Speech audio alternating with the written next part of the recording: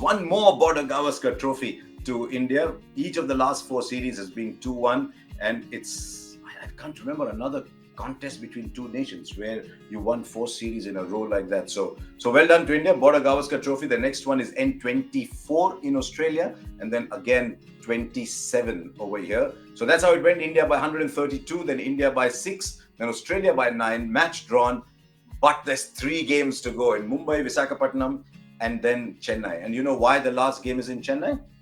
So that DK can go straight home, change from his commentary gear into RCB gear, start practicing, and turn up for RCB. So they were very kind to have it there. But tell me, let's very quickly look forward to those 3 ODIs. Let's take a look at the sides. We've got so much into test match mode that if someone told me at the moment, what's the ODI side? I'd say, no, let me take a look at the ODI side. But some players will obviously go away.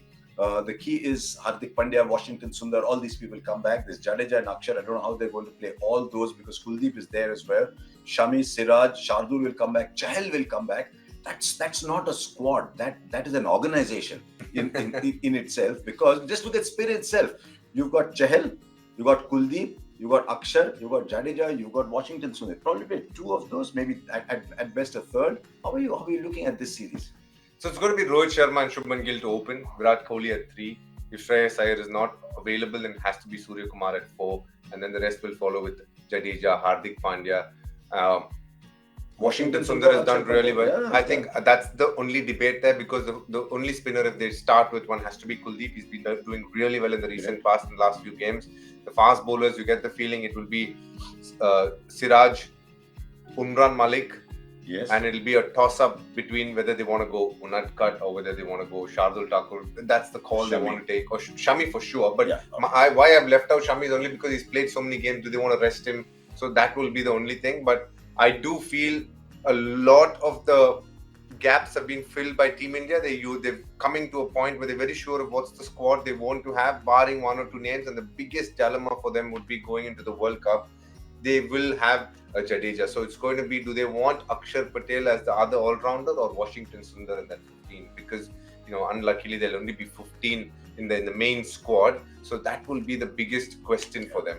KL Rahul is first choice wicket-keeper. For sure. And he bats at 5. Yes.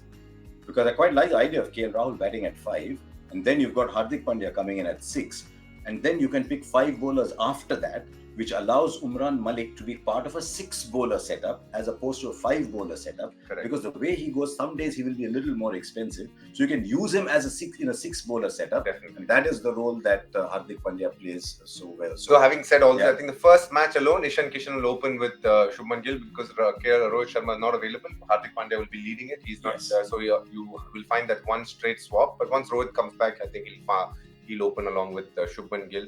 Okay, let's take a look at the Australia squad very quickly, because I think there are some specialists in there as well. What they've done, really, if you look at this side, they've just said, okay, we'll get a couple of people coming back. Ashton Agar will come back. David Warner will come back. But largely, let's play with this squad, because I think these 3 test matches, just standing there by themselves, not a big role to play in World Cup qualification, between an emotional Border Gavaskar trophy and a very high profile IPL. It's almost like these 3 are just hanging there.